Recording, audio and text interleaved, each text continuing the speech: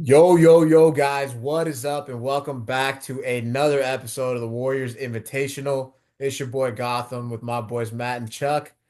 Gentlemen, welcome back, man. It has been a hiatus to say the least. Guys, it's life's been happening. Everybody's been a little busy. Life just kind of catches up to some people, to everybody. But for us here at the Warriors Invitational, guys, it's been a minute. Miss you guys, man. How's everything going? Welcome back. Welcome back to the pod. Welcome back to the show.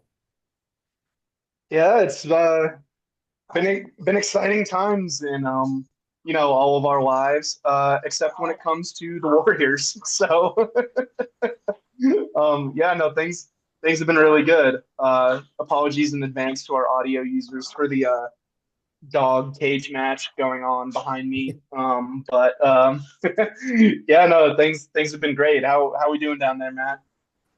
Good, dude. I feel like I've had a cold for like 13, 14 days at this point, but good besides that. I'm also at a point, I don't know if you guys watched Severance, but No. Severance started up this last week. Great show if you don't watch it. Overall premises, sci-fi kind of thing where you go to work, the characters go to work and kind of their brains split in such a way that they forget what happens in their real life completely when they're at work, and they forget what happens at work when they're back into their real life. And I'm kind of starting to wish I had like a fucking Warriors severance brain. I could watch the Warriors for 2.5 hours and then leave and come back, and it wouldn't affect my daily being. But besides our Warriors, um, you know, succumbing to their usual pull to get back to 500, life's good. Busy, like Gotham said, but life's good. Gotham. It's been good, man. Just been busy with the holidays coming in. Took a little break watching the Dubs. I was out of the country, which was kind of refreshing. But came back and yeah, like you said, man, just same old Dubs. 500 basketball. Losing games they should be winning, turn the ball over. Just need new guys. But hey, man, we're gonna get into all that right now. Let's just start off, man. Warriors last night, obviously fun win. Honestly, one of the more fun games I can remember watching this season for sure. Maybe even dating back to last year. But Warriors kind of handled the Bulls and get a little sneak peek at some guys that we'll see what happens here in the next couple days, 10 days or so. But guys that maybe will be donning the Warriors uniform. But overall, season's kind of still in that same. I feel like we've had the same conversation the last 3 years, guys. The season is kind of teetering. The Warriors can make a move or do something, but at the end of the day, fool me once, shame on you. Fool me twice, shame on me. I don't even know what it is for the third time, but that's what we're kind of approaching here with this trade deadline. But just Fool with the me, whole season, man. fool me thrice. Shame on Joe. Yeah, shame on Joe, and I think that's gonna be, at least I know from my side, that's where we're coming in. But talk to me, man. Matt, talk to me, man. Kick us off. Like 500, like it's just been the same old story with these Dubs. Like you start off hot and then you go into a major rut. You're losing guys. Um, just feels like a team that we've seen over and over again, and it's not gonna change if nothing is to give right here. Yeah, I mean, as far as like what's the cause of all of it, yeah, I mean, I'm not going to go with the injury part right now. They're as injured as anybody in the league. And you got to look back at that 12-2 start. Obviously, a sham. We can agree on that now, right? But if they didn't do that, they're completely out of the picture right now. Yeah, I mean, if they were playing at the pace they've been playing at since then, they're probably like a 13-win team right now, more or less. They're 13 and 29. So I guess semi thank God for that start. It would be nice to have some closure this season, which we're not going to get anytime soon. Um, but yeah, it's just this. I think we can kind of agree now. This team doesn't have any top end talent besides Steph. Um, I mean, just it's the last two games especially have been very. The league has decided we're just going to triple team Steph Curry blatantly. It's always been he's gotten that kind of attention, right? But now it's like, hey, you're not walking up the court without two bodies on you ever, and it's just see if the Warriors can beat you. I was like pretty confident the Warriors going to lose that game yesterday early on. I think you guys both kind of mentioned that was the feeling as well. I didn't pop it on until second quarter, so I missed a lot of what was ugly. I'm talking about the Bulls game to be clear for anybody listening, but it just Chuck, you're really good about pointing this out. If this team's not shooting the lights out, they're probably gonna fucking lose. And if they start out shooting the lights out, the first half, I'm actually more confident they're gonna lose. Because Oh it's yeah. just they're nothing they do is sustainable. They're banking on 12 guys other than Steph basically playing outside themselves to win just about any game. And these guys are professional NBA players, right? Obviously. So that's gonna fucking happen sometimes, but it's not enough. So that's where I'm at. I'm as sick of this as you are. Chuck, I want to hear about your despondency right now because I am like, it's a chore to watch these games. I think we've all kind of talked about how we've missed more games this season than we have in like any of the last, since we started podcasting, right? Since the last, since the um 1920 season, which honestly, shout out Steve Kerr for saying the same fucking thing. But that season was more fun than every season except the title season, I think, just because they sucked. We knew they sucked. Uh, I got kicks out of Kai Bowman doing anything. Okay, my guy shouts. Okay, I thought he was gonna stick around in the league. I'm Eric sorry he didn't. Pascal rookie season masterclass. Yeah, I get it, dude. You know what I Yeah. mean? Yeah. Jordan Poole at his prime confidence and bottom skill level for his career. You know what I mean? That was his peak in both areas. So yeah, I just need to change. But Chuck, where are you at right now? This like what's ailing this team? What light can you shed, and how are you fucking feeling, dude? I mean, with all the writing stuff I do, like I've been tracking all the games, like I still watch them back on film the next day or the day after. But that's more like on the dispassionate side, that's me like looking out for like specific sets, actions they're running, especially like certain players. Like I've been crushing the Gee tape now that he's a lineup fixture because he's been awesome. But the thing that I think we saw early in the year was when they were running this crazy deep rotation, it was everyone who stepped on the court was defending their ass off. If it was Kavon's getting 15 minutes, like he's going crazy on the boards, he's contesting a lot of shots. GP2 would come in for 10 minutes and just like, do young glove stuff. Like he just cover up some guy and make someone disappear for a few minutes at a time. Windy Waters would come in and hustle and defend. Moses would come in and defend. Um, and we saw early on, it was still pretty clear, like, yeah, this is not an offense that's like sustainable. But you could see that it was at least a foundation of defense. And now that the offense is dried up, I think guys are really pressing. We've seen it with Steph, where it's really unusual to see Steph like on the Kings game. I want to give credit to like Keon Ellis and Keegan Murray. Like they did a great job. They were just like in his jersey the entire second half. Like we're just not letting him get shots up, and when he did, they were heavily contested. But it just felt like the normal. Maybe it's an age thing, but the normal Steph, he'd be like just running circles around people, and like he makes one quick move and he's broken your ankles off the ball. He gets that inch of space and he's got a shot up. So I'm gonna pause you Um, right there real quick, man, because I have a thought. yeah, I have a question for you. So, Tommy Gunn, our guy Tommy Gunn, brought up recently kind of the idea that he didn't say soft quitting from Steph, but it's like far more of a LeBron approach to where it's like I'm not gonna burn my fucking body out anymore for this mediocre ass squad. Um, I tend to lean that way because we see it in big moments. He still kind of gets what he wants. Is that where you're at too? Or are you attributing more of what you're saying to our guy 30 slowing down? that's what it feels like because like I mean he's getting close to 37. He's not going to have the same quickness we saw 10 years ago, but we've seen when he really puts it in like effort wise, he's been great. And if you want to take issue with the fact that it's like, hey, this is a winnable game against the Kings and he's like not giving 100%, I get it, but I do think it does feel very LeBron-esque where he's just like, look, if you're not gonna help me, like, I'm not gonna like put myself on the cross here and be the like sacrifice and have to just like beat the hell out of myself every single night just so we can have like a barely competent offense. So I think we've seen a lot of that, and then with the injuries that have piled up, with Kuminga out, with Draymond out.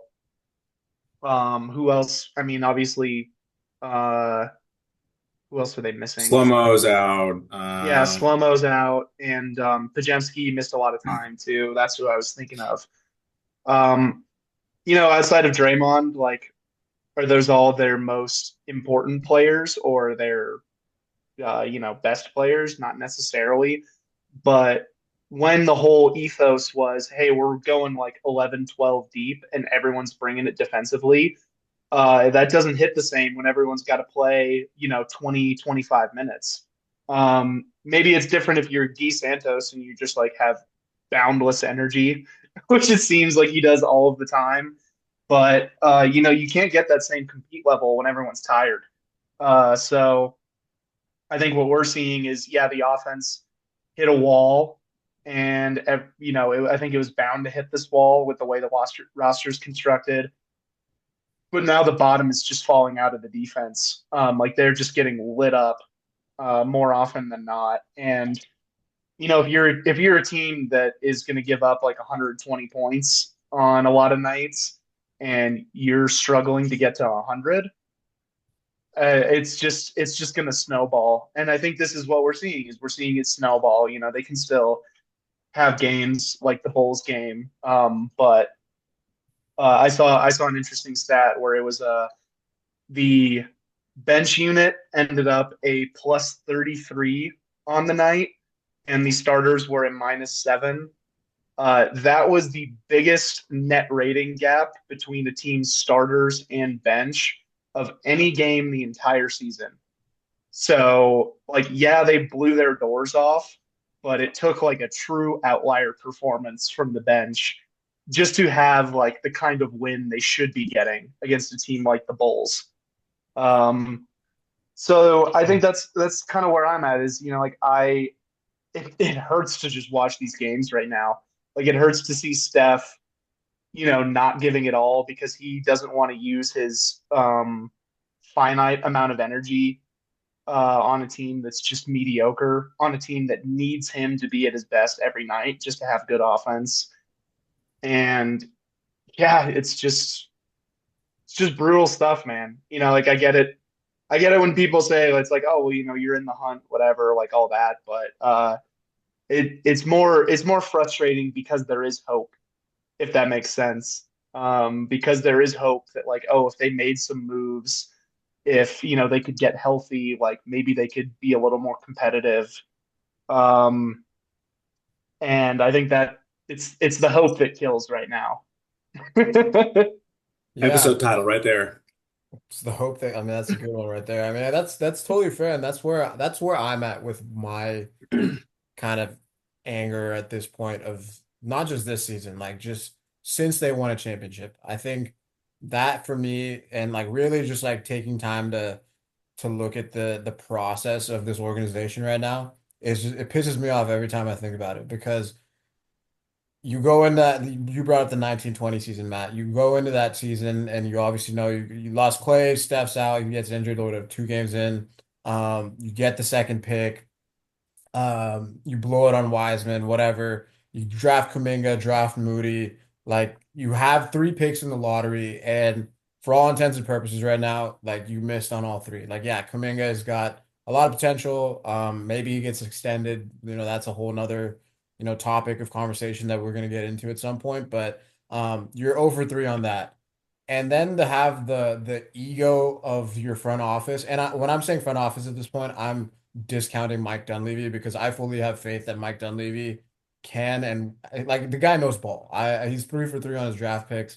I have faith in Dunleavy to I'm gonna cook. pause real quick. Gotham, 3 for 3. That includes our guy. That includes pause, and look. I'm not the No, no, big no. That fan. includes a guy I think is Quentin Post. Gotham is all Yeah, in I'm on our I'm a guy huge Q Quinn Post, Post man. fan. So Quinn Post. But yeah, I'm counting him as a dub, man. He's helped us win a game already. So no, but like the for me it's the process. And so you have an ownership group in Lacob and in Lake it's with Joe. Where you have Joe who is now like very involved as he always has been, but you're not picking a lane. Like you went in and you missed on your guys that were the future, acting like it's super easy to win championships and create and build a core. You didn't. He wasn't part of the guy, the room that drafted those guys. Not Steph. Bob, like what was it? Larry Riley was Steph. Jerry West was in there in that room when they had Draymond and Clay. So signing Iguodala, getting guys like Bogut. So like it's not easy to A, build a championship contender, but B, do it again. To do it in the dynasty. So I think just having that mindset, and now it's like you're too scared to pull the trigger on making moves that can make the team better. Look, like I think the good thing that we've seen this season is now you know who should be on the team and who shouldn't. You're 14 guys deep. There's a lot of fat that you can cut on this team that where guys can go get more playing time. Like guys like Guy Santos, Moses Moody, Quentin Post. Like there's guys that are here that are doing better than Buddy Hield, than Kyle Anderson. To be fair, I think he's been given a pretty shit end of the stick this year. I feel like when he's played, he looks good, but again, it's matchup based and the league's gotten more athletic. He's not as athletic as you want him to be. So I get it. But like there's a lot of there's my thing, and I will fully lose faith if they don't make a move this trade deadline because there's just so much out there. There you can go get a stretch big in Vucevic and maybe a shooting guard in Kobe White. You can package Kuminga or somebody else and get other guys that can come in and really just look. The my biggest issue right now with the Warriors is yeah, they're 500. You're 3 games out of the 6 seed. You're 4 games or something like that out of the 4 seed and having a home playoff series and giving Steph a chance. And that's what this is all about at this point. Like every season at this point is you're getting closer and closer to saying we need to bridge the gap of what gives Steph a better chance to go on a run in the playoffs. Look, you're right. Like he's 37 years old. I don't know if he's gonna have another playoff run in him like he did in 2022. But we spent the last 2.5 years just hoping for that chance. We got bounced in the plan and that second round series against the Lakers, it was kind of just the like you said, the bottom kind of fell out with everybody else around and it was Steph and no one else. So like I want to see like the last years of Steph to be like, hey, we went in like something like Phoenix, man. Like you can credit or discredit their ownership group all they want, but they're going all in on Booker, KD.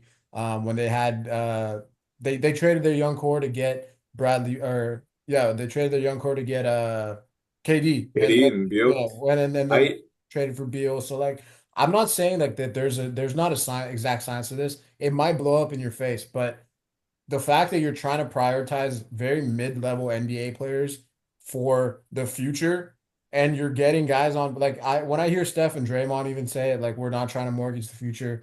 I get what they say to an extent in terms of as an organization you don't want to be a bottom feeder and 10 years from now. My thing is, dude, we were bottom feeder for 50 fucking years before Steph and these guys came around. So go all in when you have the guy. You're not going to get another player like that. I love Jonathan Kuminga. He's not going to be a top 10 player of all time, top 5 player of all time. It's just not going to happen. We've seen flashes of him maybe being a set fringe all-star type player. Those aren't guys that you are really just holding on this long. If you're not going to pay the guy, trade him. So like my issue with the Warriors, like their schedule, their record is whatever. Like you're 500. The West is still wide open, man. Like if you don't make a trade in the next 10 days or whatever, or however long it is till the trade deadline, you're just like at that point, like I would never have even considered to bring it up, but fuck it, trade Steph, man. Like, what are we doing here? Like, I know that, like, I don't want to lose him. I don't want to see Steph in a different uniform. I don't think he wants to be in a different uniform either. But like, what are we doing here? We can't be. We got to pick a lane at some point, and it's been 3 years of doing the same exact thing.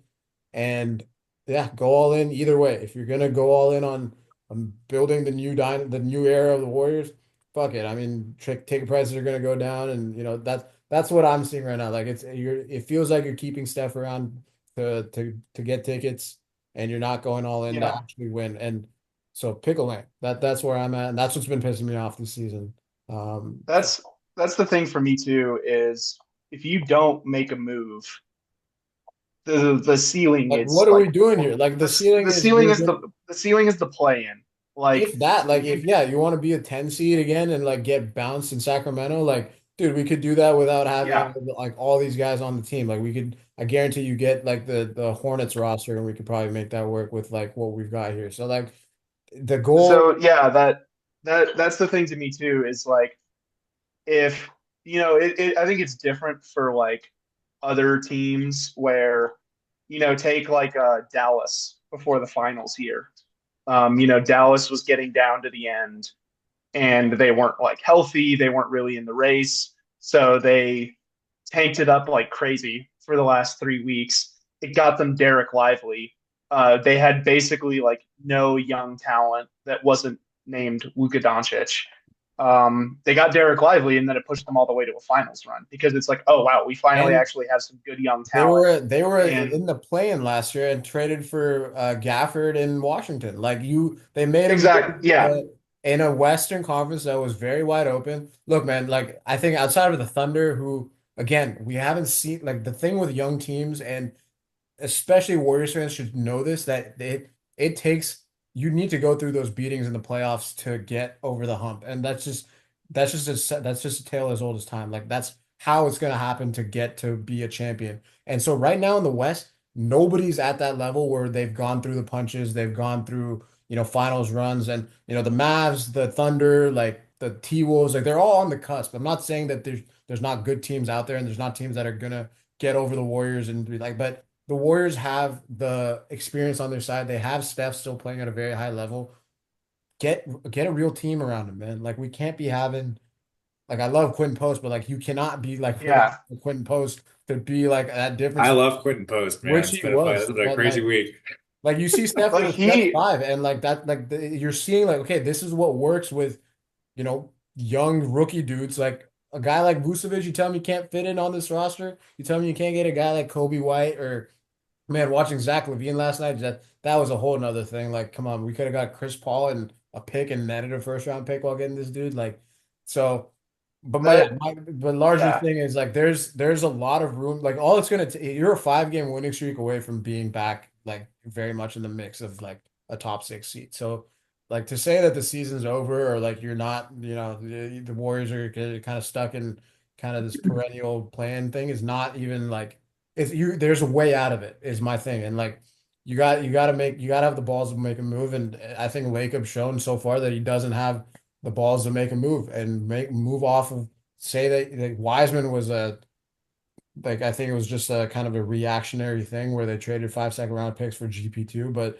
still like at least you saw that you're willing to mortgage something. So I think something's got to give right now. Like there's guys you can keep the young guys and still be able to make a move with salary and get a legitimate thing or two back. So I don't know. There's a lot of options, which is what makes this trade deadline, if you don't make a move, so much more criminal than anything else that we've seen. So that's my thought too, and I'm glad you said the like pick a lane thing. And the reason I brought up Dallas is because like Dallas had a bunch of role players. They had Kyrie, they had Luca.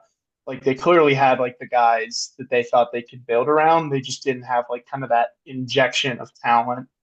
Um, and then they tank, they nail the pick, and then next year they're in the finals. Like if you're the Warriors and you don't make a trade at the deadline, you don't make any meaningful improvement.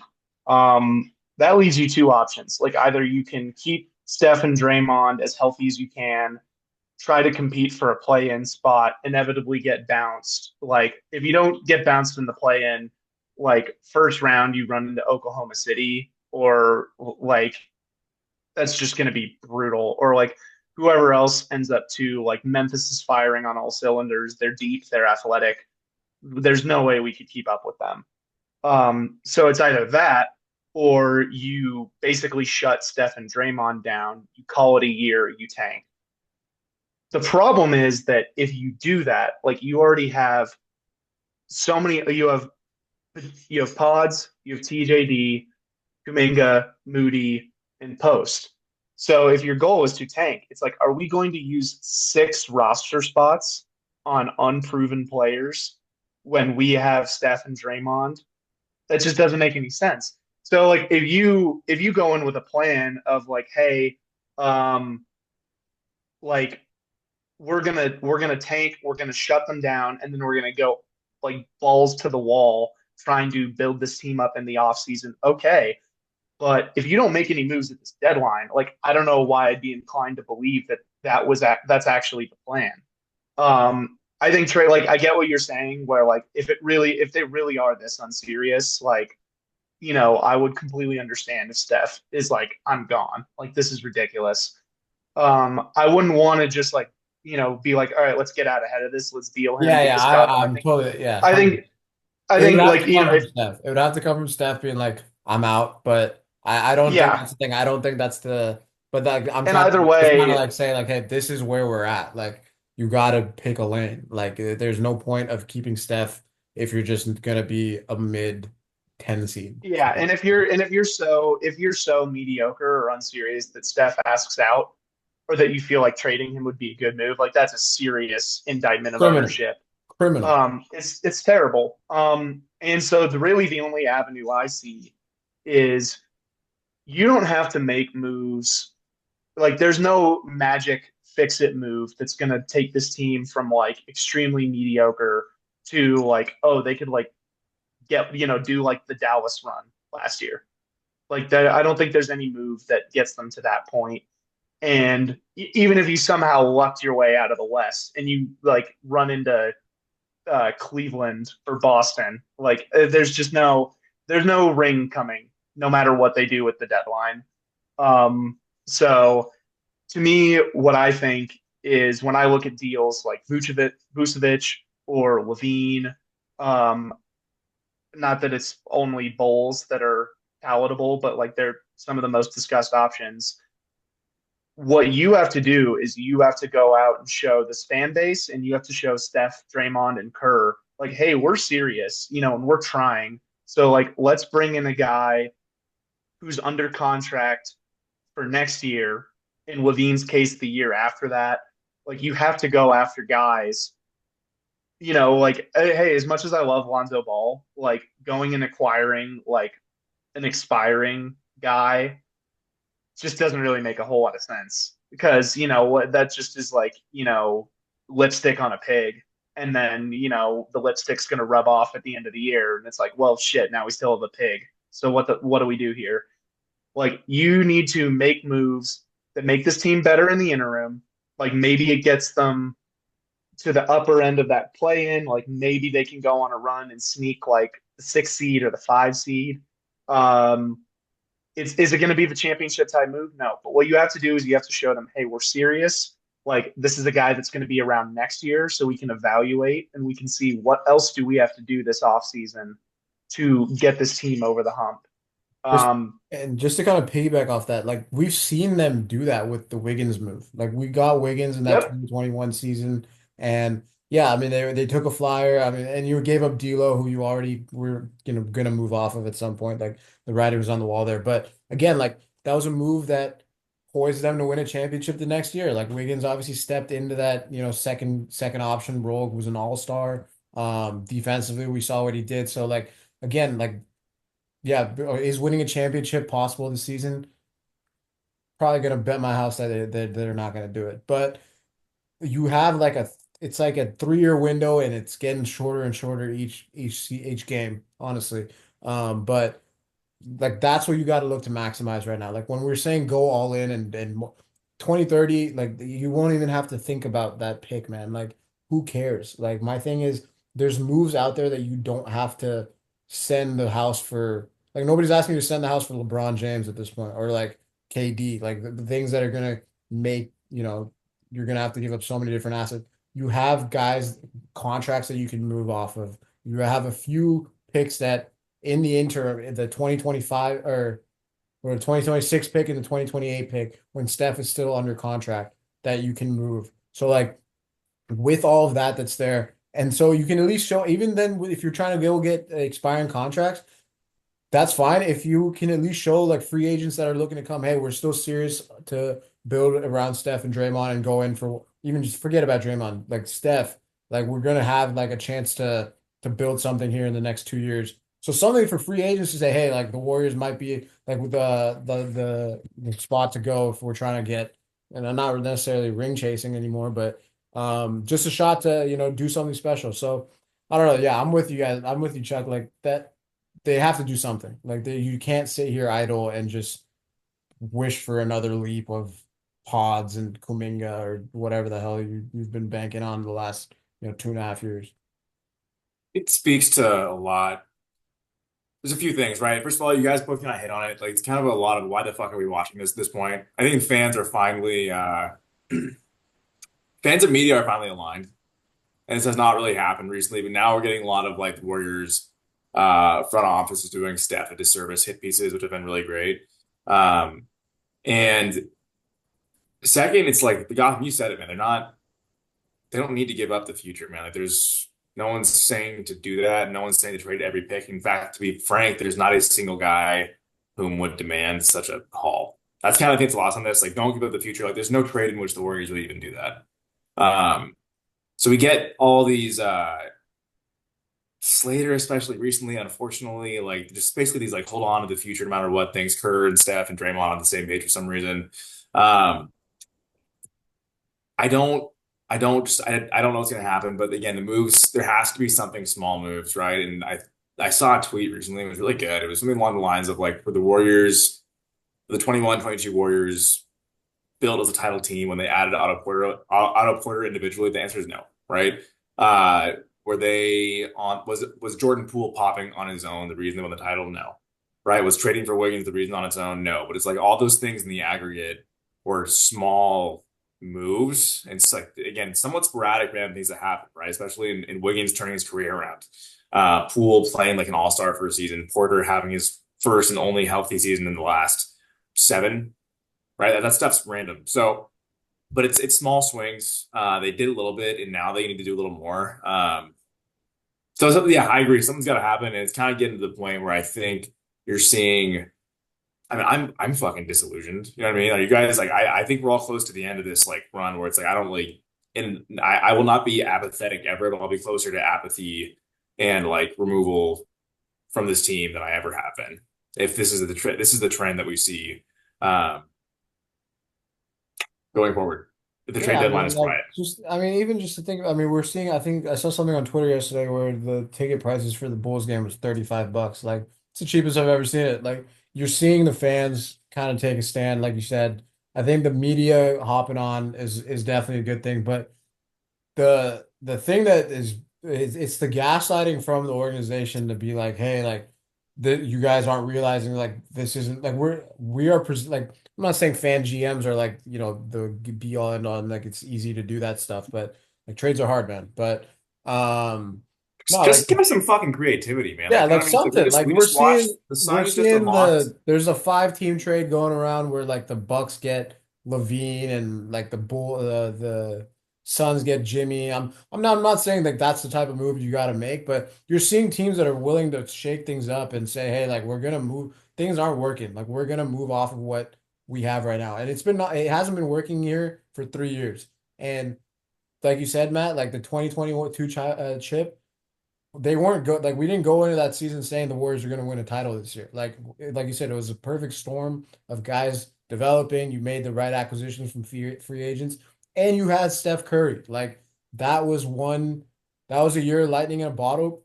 Can you catch that again? And if you do, fantastic, man. Like you're gonna be you're gonna be over the moon. But if you don't, at least you went out going down swinging. Like that's what I think that's what at the very least we want to see. Like this team goes out swinging, front office makes some moves, gives them a chance. If it works out, man, fire. If it doesn't, hey, man, we had a great run of 16 years watching Steph, probably closer to 18 when it's done. But we saw 4 chips, and we went down trying to do it.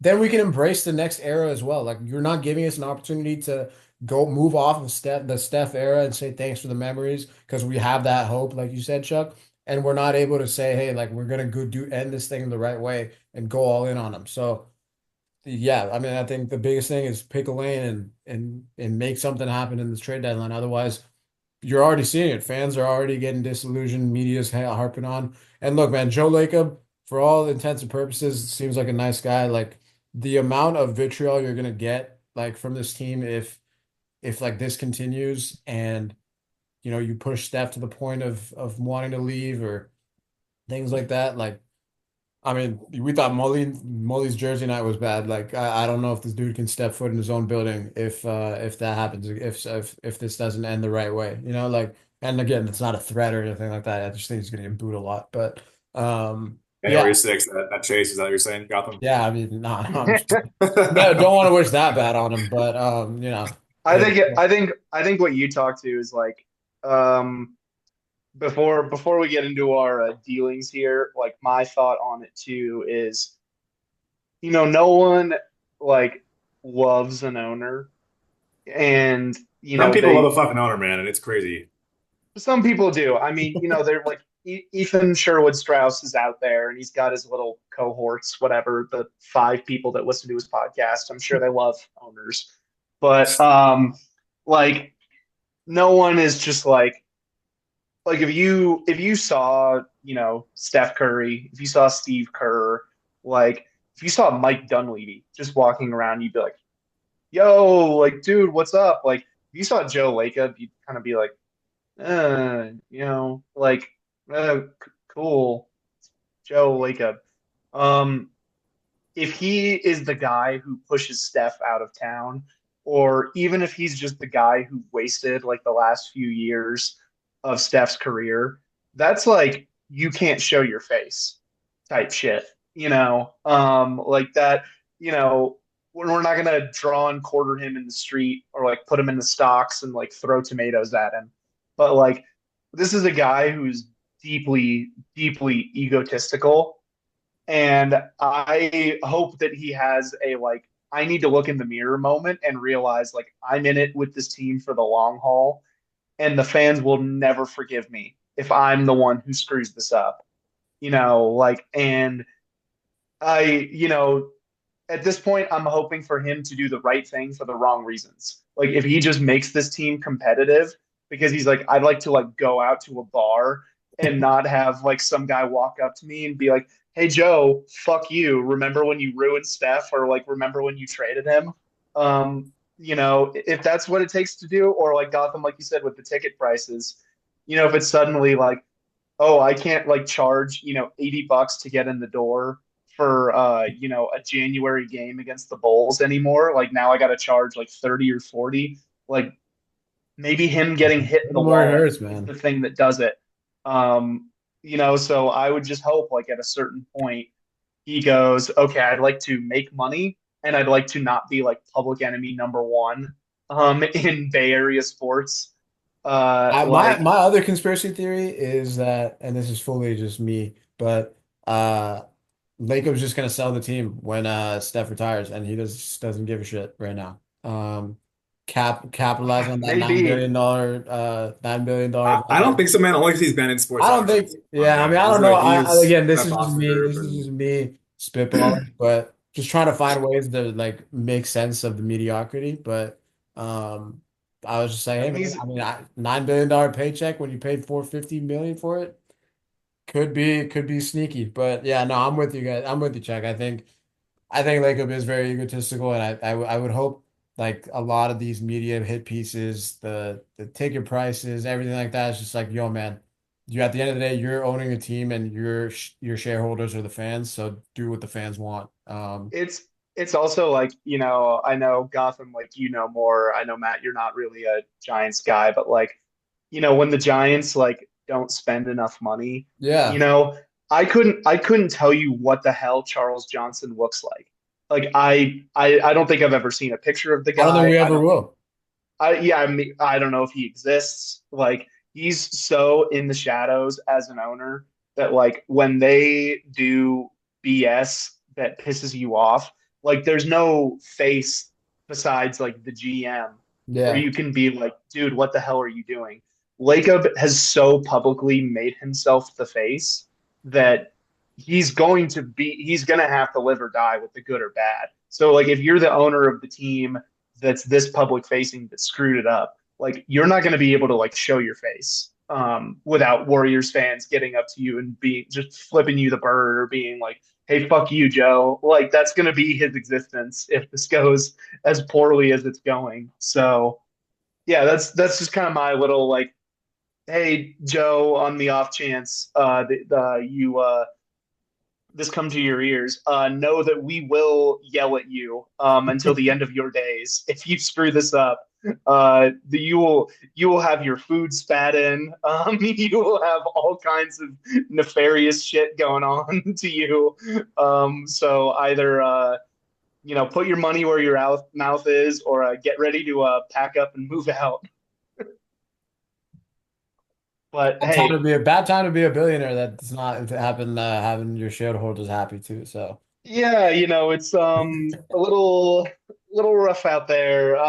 But we got some ideas from our yeah, man Joe. Matt Yeah, here. Joe. Take a listen to Mr. Matt Cardoza right here. It's Matt, I know. nothing crazy. The reason I'm asking these trades, guys, so I have three lined up. None of them are going to blow your fucking socks off. They're all different variations of shit we've already heard. But I want to know if you guys would do it. But I also at the point where I want to know when shit seems reasonable for both sides. Are the Warriors saying no?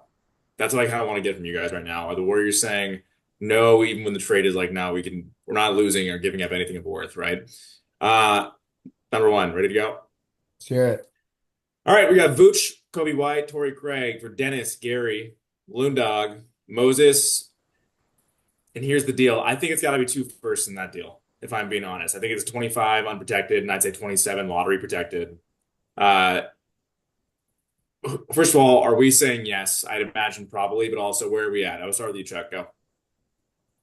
Uh, yeah. So let's see, Kobe, Vooch, Tori, and you said it'd be Dennis, Gary, Looney, and Moody plus the picks. Yeah. I mean, I'm saying yes. Yeah, like I think not only is Kobe like the kind of guy where, like I said before, like you got to acquire guys not only that'll make you good right now, but guys that'll make you good next year. Um, I like how the timeline lines up too with both being extension eligible in the offseason. So, you got 30, 35 games to say, hey, does this work? Does it not? Um, it's kind of the same thing we said about Dennis, where it's like, hey, Dennis doesn't cost that much. You got him in early. You got like 2 months before the deadline to figure out what else do we need, or is this a guy we're going to ship back out? And he's been so bad since he got here. Sorry, man. Playing for the Bulls is tough, but I'm saying yes. I also like that we acquire Megan the Stallion in the deal. That's that's a nice little trade kicker. Get her in some blue and gold.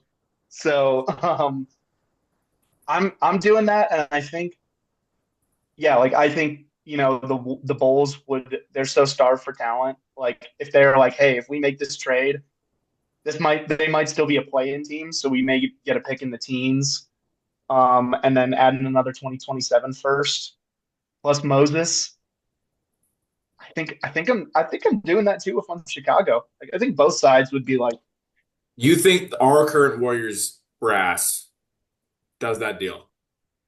No. I mean, I think they're cowards. I mean, Yeah, that's like the you answer. said, Yeah, that's what it's I want to hear right now. Yeah, that's what I want. That's what I'm curious. I No get shot. the yes is tough because of two picks, I think, even for us, right? But I think it's like that's a Kobe I White's think the fucking good. two picks in Moses, I think is where I honestly do. If we can keep, I think Moody is I honestly would like to keep Moses. I like what he's been doing lately. He looks really good. Shot looks nice. Defensively, it's still been kind of a struggle, but if you're attaching that and two young guys or two picks, I mean, like I can see the front office just being like, no, I'm cool with it. I think yeah, Kobe Well, White. here's what you gotta consider too: is like first of all, poor Moses. Steve Kerr is singing his praises as a power forward right now, right as Guy So insane. Santos comes out of the fucking woodwork to take his job. It's like if I'm Moody, I'm like, yeah, please put me in that fucking deal. Yeah, get me out of here. I think too. Like I don't know if Chicago would do it, but like I think the reason why they wouldn't do it is because trading any of the young guys just like is the beginning of admitting that the two timelines thing didn't work. And we all know it didn't work. The players know it didn't work, but Lacob will not admit that. Um, if like they put in Kyle Anderson instead of Moses Moody, And two picks still, I yeah. with Do the that in two a heartbeat. picks, like Heartbeat. that's a deal I think that the Warriors would actually make.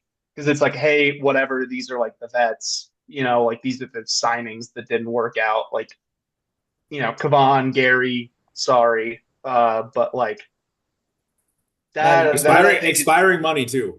yeah, expiring The Bulls are getting money. $30 million in expiring contracts. yeah, like they're a cheap ass franchise, like I mean, I think they might still say yes to that. If they're like, hey, if we can wash our hands of like all of this money.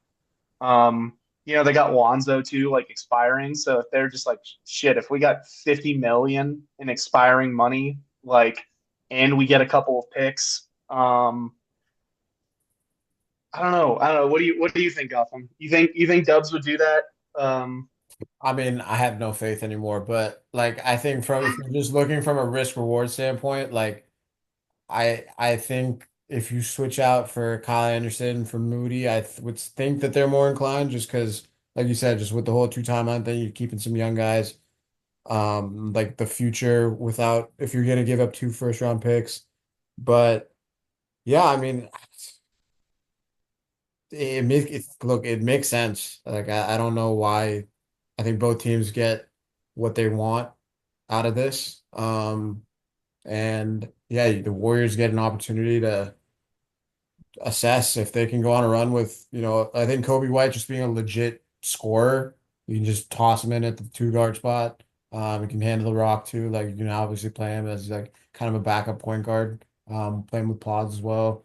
Vooch fits. I think Steph with the stretch five is disgusting. So um yeah, I mean I don't again like this is why it's so irritating when you hear that they aren't pulling the trigger on anything because it's a very not to say this is a like a blockbuster deal or anything like that, but kind of gets you good players. But Thank you. That's the key. That's it. You get good players. You know what I mean? You get good players who aren't jeez. You salary. got any you got any So trades that ships we're out we're Buddy all Hield there. yet? Yeah, I'm on the same page as you guys for the most part. I don't think the Warriors do it. I think they are scared. I actually don't know, and I'd be curious to see if they hear their actual thoughts on this.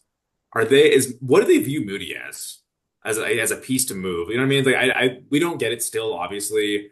I was kind of fucking joking when I said the Guy Santos thing, but I mean it. I'm like, if Kerr all of a sudden sees Moses as a four, Moses is a four at the end of the bench. Because he loves, I guarantee you, Steve loves Guy Santos, man. And he should. He's been fucking awesome. Uh, I'll move on to the next one. We're gonna kind of speed through this, I guess. So, next trade I had, again, I'm not breaking news in any of these. These are variations of things we've seen. Um, Sam Spendiari brought this up. I mean, logistically, it's really fucking tough, but they're at a point now where I think they can start offering 10 days. Chuck, correct me there if I'm wrong. Um, but if they're not there yet, I think by the trade deadline they would be. So filling out the roster wouldn't be this insane endeavor if they do happen to vacate a ton of roster spots. Uh, Same thing, all the expiring contracts. So Dennis, Gary, Looney, Buddy, Moses once more, and a first rounder for Zach LaVine. Okay. You get one guy back. The rest of your roster, I'm gonna read the rest of the roster to you because it's not bad. If that's the case, I'm just saying you're still this team is deep in a way that would accommodate this kind of trade. I think so. Hear me out. Steph, Levine, Wiggs, Dre, Trace, Pods, Moody, or JK. I'm gonna ask you guys if this deal gets done, and if you do JK instead of Moody, Slomo or Buddy, and Gee and Lindy.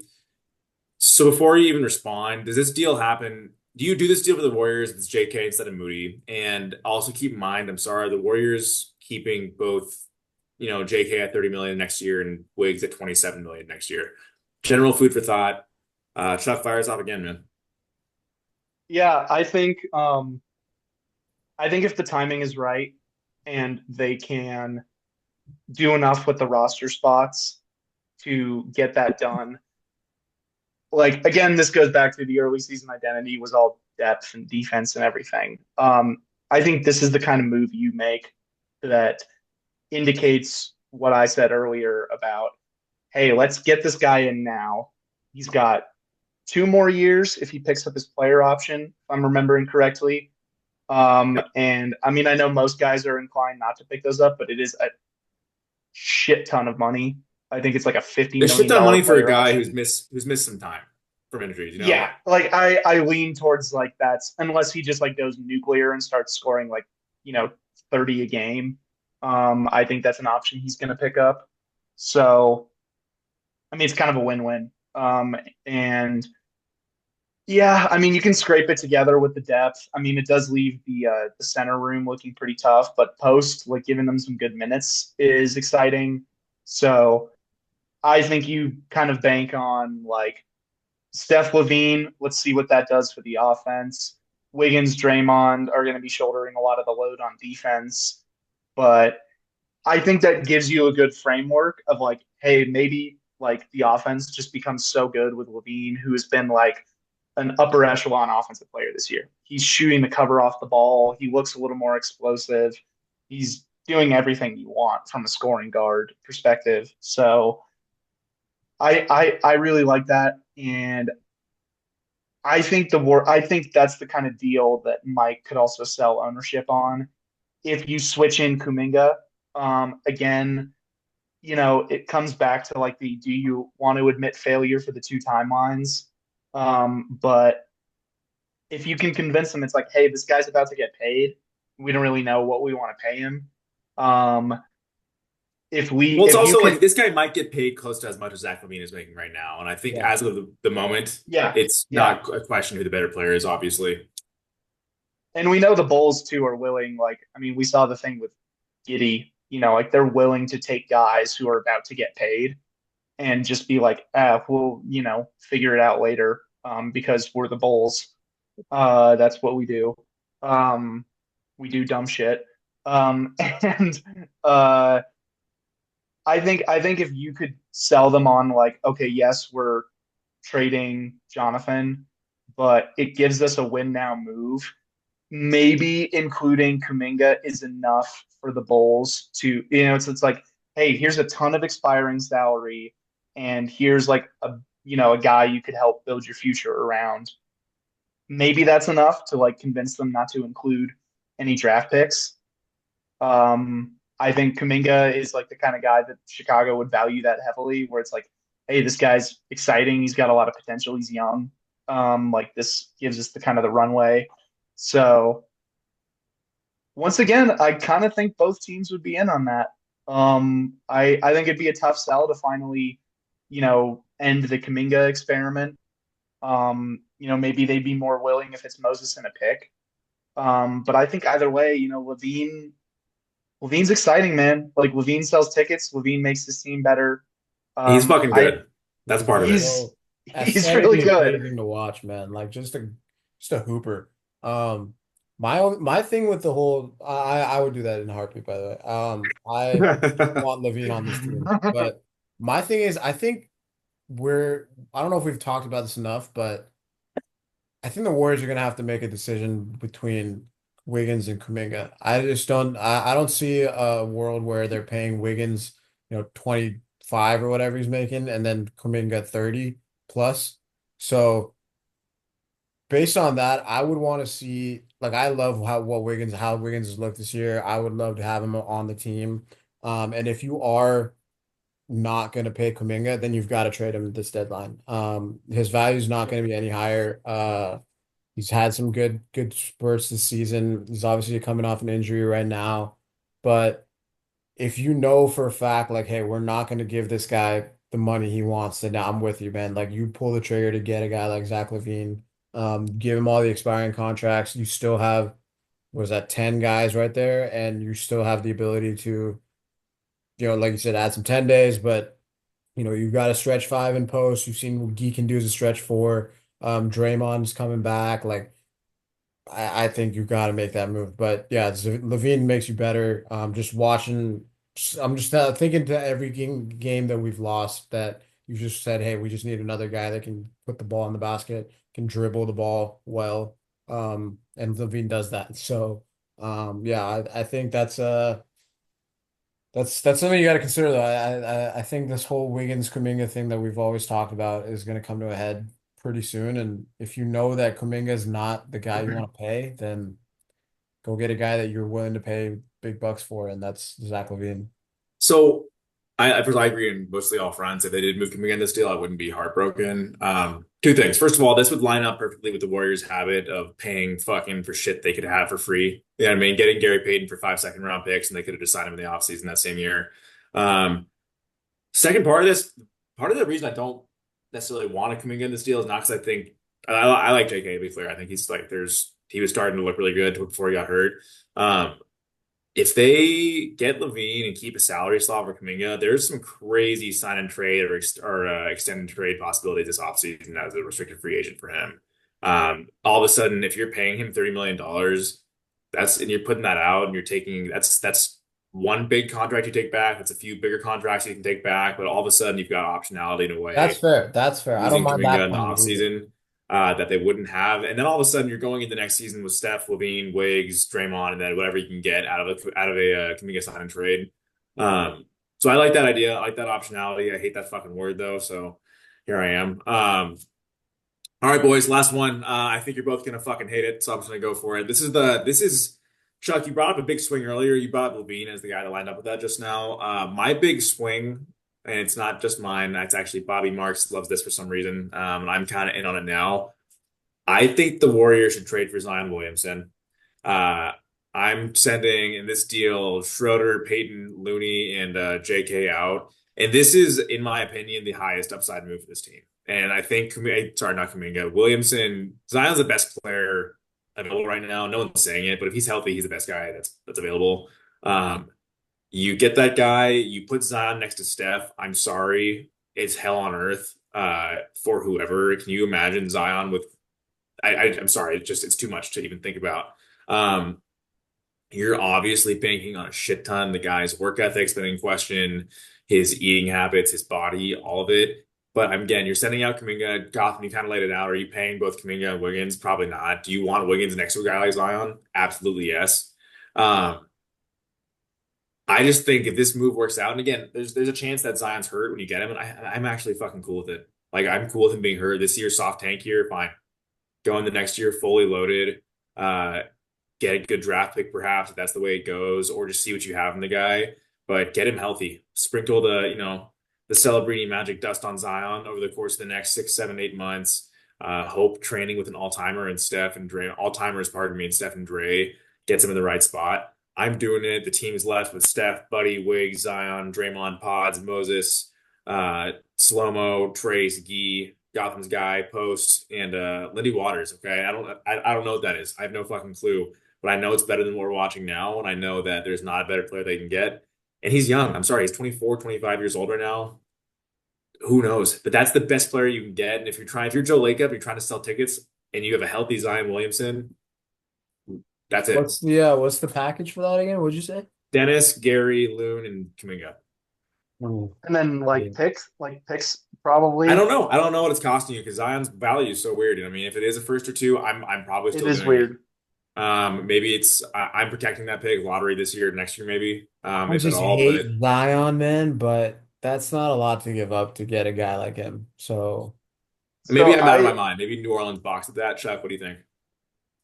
the one thing I didn't know, so I was like, I don't know what the package is for New Orleans, but like I think they're pretty over the Zion experience.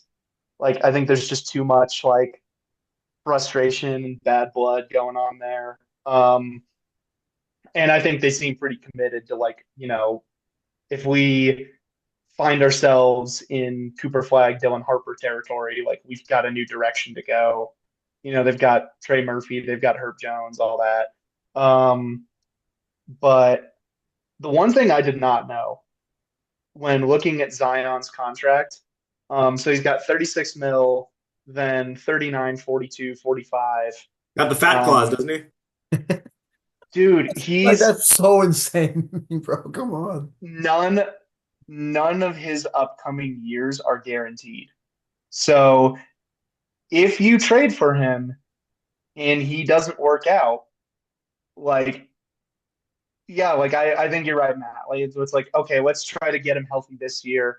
Let's see what he looks like on the court with our guys. Like, let's see what a Zion Draymond front court looks like, which sounds insane. Like I would love to watch that. Um, if you get him in, like get the medicals and everything this year, you get to do your own, like you said, let Celebrini do what he does. Um, it's really interesting. Like I would not have said yes if I thought, oh, well, you just have this locked in 3 year extension. Like if you can just get out immediately, whether it's by cutting him or like trading him to a team that would immediately cut him, like that I'm in, dude. Like whatever. Like what I just I'm firmly in the do something territory. And if you're going to get one of the most exciting players to watch and whose basically only problem is like health and conditioning, like I screw it. If Rick can't fix him, then he maybe just be unfixable. So screw it, Top dude. I 10, think, top 10 guy when he's healthy, man. There's no choice about it. He's one of the most unstoppable players when he's good. I'm sorry. I'm in. I'm just like so in on that trade. I think him next to Steph would be fucking incredible. If any of Draymond's defensive anything rubs off on him, I'm sorry, man. It's like we saw some Yeah, at Duke. I think we It's saw upside. too, like what was the game like? Wasn't it game 82 where it was like they needed to win He to get dropped into the 45, play-in? right? 40 or something. Yeah, he just went. He was unstoppable. Like he was just a I fucking mean, monster out there. yeah, I mean, So, I upside wise, like that's you're not giving up anything to get a number one pick. So I don't then yeah, you like. have like two you number could, one picks in the roster. Yeah, you got. I was gonna say you got Wiggs too, and you won your championship. Fuck it, get another one and go win the number five, man.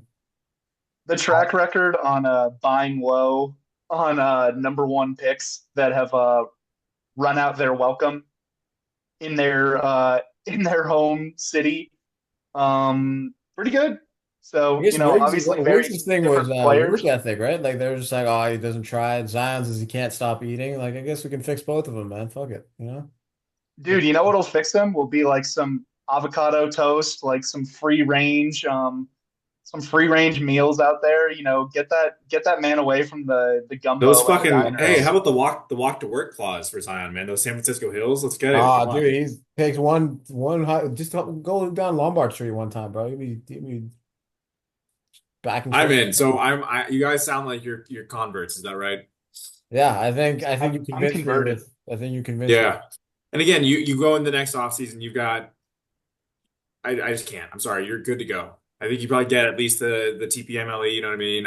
I'm positive at this point. I'm pretty sure Melton's back next year. Like I will be shocked if he's not, given a lot of the discourse around his exit. A lot of the reporting right when he got traded was he's eligible to sign next offseason. It was like from anybody who reported that deal. It was Shams, it was Slater. But anyway, my point is they can reload, get a star right now if you can. If one of these three things doesn't fucking happen, or at least the Vooch trade, I think we all kind of agree. We're just like, what are we fucking doing at this point? Um, I'm good though. I'm all out, boys. Those three, like I said, are the three that I loaded up with. I mean, all three. I think me and Chuck both said yes to all three. So cooking up a storm there. Might have to send you over to Chase Dude, that right now, Matt. you went crazy. You went crazy. The Zion one was that I was surprised that you got us over the hump there at the end there. That was a very well reasoned, my friend. Hmm. Thank you. Well, boys, I mean, I think we got a lot out of our chest today. It's been a good comeback episode. Basically, TLDR, guys, Warriors are in a heap of shit, and they've got 10 something days to figure it out. And Matt's given them a lot of chances and a lot of opportunities to explore some possibilities to fix this thing. But world's not ending. The sun's gonna rise tomorrow. Warriors got a game, I think, against the Lakers coming up. It was a classic last time we played them. Let's see if we can make some ground Not up. a classic this time. It's a fucking L. We know it. I know it. You know it. We know it's gonna Uh, happen. but I'm just saying they're 3 games out of the 4 seed or the 5 seed. So, season's not done, man. We've like Chuck, you said that, man. That hope that we were clinging on to, it's on its last legs. But before we get out of here, guys, any last minute any thoughts, any things that you guys are looking for? Or Chuck, you I got just want to petition Joe Lacob once more to look into the Severance Warriors watching experience. That's my that'd be last some out. crazy Bay Area Dude, AI shit. it would be the reverse of the shot where it's like him going into work and he's depressed, and then he gets into work and he's like, oh It's hey, good. it'd just be the complete opposite. Like I'd just be like, I'm just walking around in my day-to-day life, like, oh hey, and then my Sit warrior down on the severance, couch. yeah, my warrior severance turns on. I'm like, fuck. Oh, I love it. Chuck, Matt, you think you guys got a shout out, man? Whew, man, as always, check me out on the Swish Theory. Got some more writing coming on my favorite players in the pipeline, so that'll be fun. Um, but yeah, other than that, go go yell at your local owner.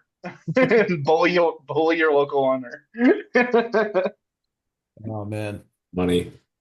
All right, guys. It's been a good one, guys. Until the next episode, we're gonna be back and do this consistently again. So we're all back on the same page. And till the next episode, guys. Peace.